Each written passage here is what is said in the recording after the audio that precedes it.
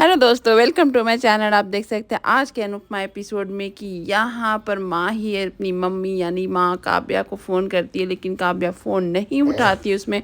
और यहाँ परेशानी में बदतमीजी का हद भी पार कर रही होती थी। यहाँ पर अनुपमा डांटे, तुम्हें आजकल क्या हो गया है? माँ के खिलाफ मैं एक शब्द नहीं सुनना चाहती हूँ। तुम किस तरह से बात कर रही हो, इतनी चिड़चिड़ी क्यों हो गई हो? यहाँ पर बोलती है माँ ही कि आजकल आप मेरा एकदम से मुझे डांटती हैं, मुझे आजकल प्यार नहीं करती हैं, आजकल मुझे हर समय गलत ही समझाती हैं, क्यों ऐसा हो रहा है अनुरीति? यहाँ पर अनुपमा बोलती है तुम भी तो आजकल बहुत चिड़चिड़ी हो गई हो, क्या ज़रूरत है इतना चिड़चिड़ापन करने की? कोई ज़रूरत नहीं है। यहाँ अनुपमा वही बात करती है कि तुम तो पहले बोलती थी ना कि मुझे अनुमा बुलाने के लिए बहुत चाहती हो, तो क्यों नहीं मुझे अनुमा बुलाती हो? तो यहाँ पर राही बोलती है कि माही बोलती है कि राही नहीं थी तो मैं सोची थी कि अगर राही नहीं मिली तो मैं आपको अनुमा बुलाऊंगी, लेकिन राही के आने से मैं चुप हो गई। तो यहाँ अनुपमा बोलती क्या हुआ, राही रहे या कोई रहे, तुम्हारे लिए मैं माँ हूँ और माँ रहूँगी।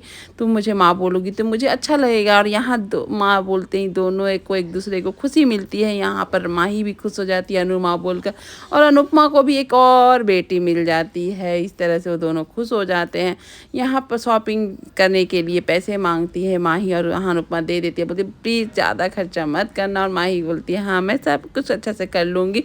और अनुमा वो फिर से बोलकर वह गले लग जाती है। उसके बाद शॉपिंग के लिए अपने प्रेम के साथ चली जाती है, और यहाँ पर आकर यहाँ लहंगा वहंगा अपने शादी के लिए देखना शुरू कर देती है। और प्रेम से पूछती है, प्रेम को कोई इंटरेस्ट नहीं रहता है, वो तो बस राही को याद करता।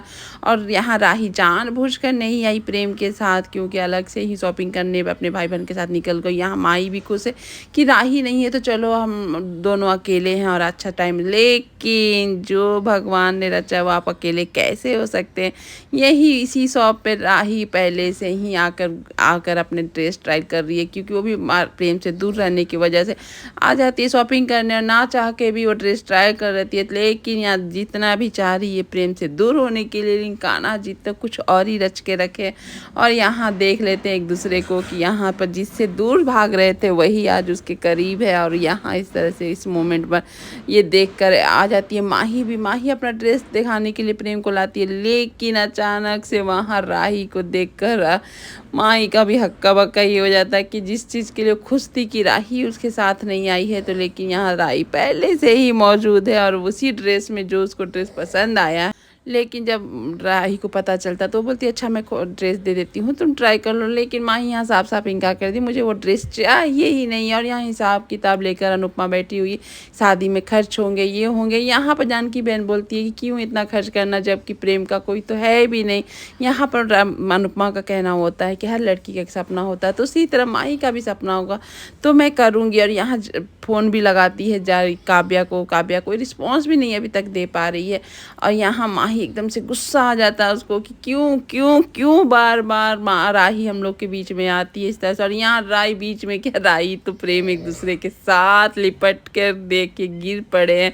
और यहाँ पर ऐसा सिचुएशन दिख रहा होता है कि चाह के भी दोनों अलग हो नहीं पा रहे हैं। और यहाँ हम लोग को शॉप के जो लोग हैं उनको मदद करते हैं और उनको हटाते हैं, लेकिन हटाते इतना प्यार इतना प्रेम तो बेचारी माही इतने करीब ना आई हो जितनी करीब राही बार बार ना चाह के भी आ रही है। इसको बोलते हैं किस्मत का लेखा, जब किस्मत में जो लिखा है वो तो होगा ही होगा।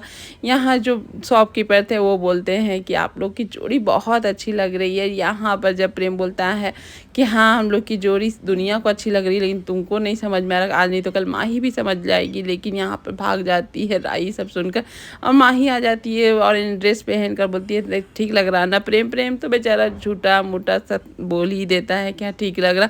यहाँ पर राही भी बोलती है हाँ तुम लोग ट्यूनिंग के बाद पर वहाँ प्रेम एकदम से पलट जाता है कि नहीं मैं तो वाइट पहनूंगा, वाइट ऑरेंज ठीक लगेगा कैमरा पर।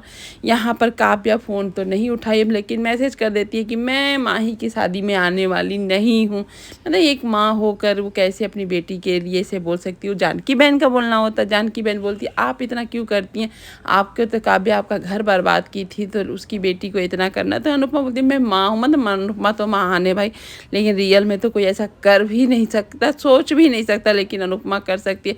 या जानकी बहन के मन में एक और बात चल रही होती है कि प्रेम और राही को लेकर की सच्चाई मैं बता दूं नहीं तो 3 जिंदगी बर्बाद हो जाएगी। लेकिन राही ने कसम दी है, वो सोच के भी और जानकी बहन वहाँ बता नहीं पा रही है अनुपमा को जो उसको बताना है। यहाँ पर माही एक आकर यहाँ राही को बोलती है कि आप लोग सब ठीक हैं, सब एक मतलब ये जो शॉपिंग है वो हो चुकी है तो आप चले जाइए। लेकिन यहाँ प्रेम देखता है लंगड़ाते हुए, तो बोलता है कि अरे आप लंगड़ा रही हैं, मतलब गिरी थी तो चोट लगा हुआ है, तो आप मेरे साथ चलिएगा गाड़ी में। तो अब माही बेचारी क्या ही बोली, माही बोलती है ठीक है हम लोग के साथ चलिएगा।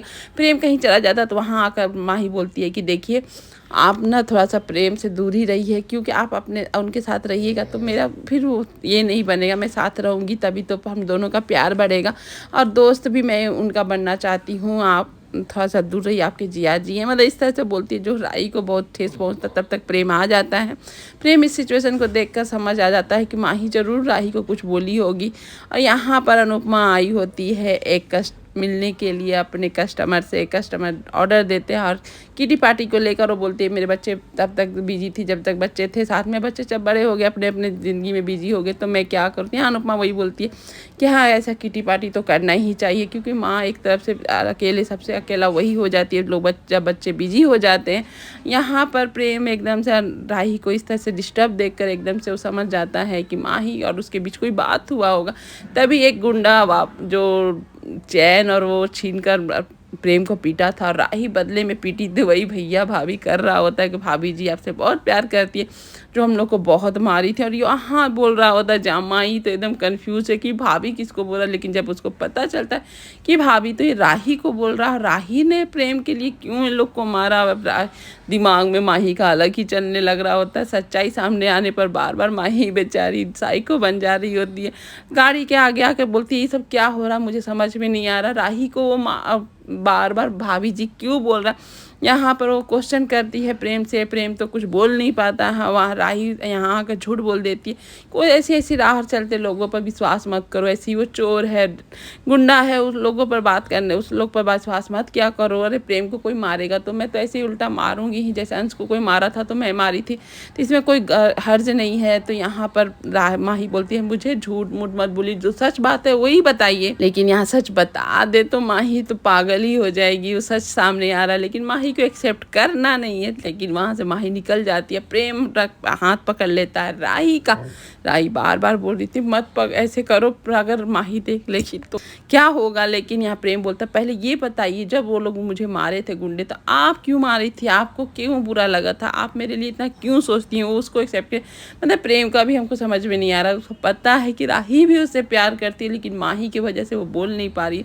बेचारा प्रेम ऐसा फंसा हुआ है कि वो बार बार देख रहा है उसके साथ गलत हो रहा है लेकिन वो भी कुछ नहीं कर पा रहा। माही इसके मुँह से सुनना चाहता है कि वो भी मुझसे प्यार करती है उतना जितना वो भी करता है। यहाँ पागल के जैसे माही एकदम से भाग जाती है और यहाँ प्रेम भी बेचारा परेशान है कि मैं इन दोनों के बीच में कैसे फंसा हूँ। आज हर बार गलत हो रहा और भी गलत होगा, आगे और भी गलत होगा।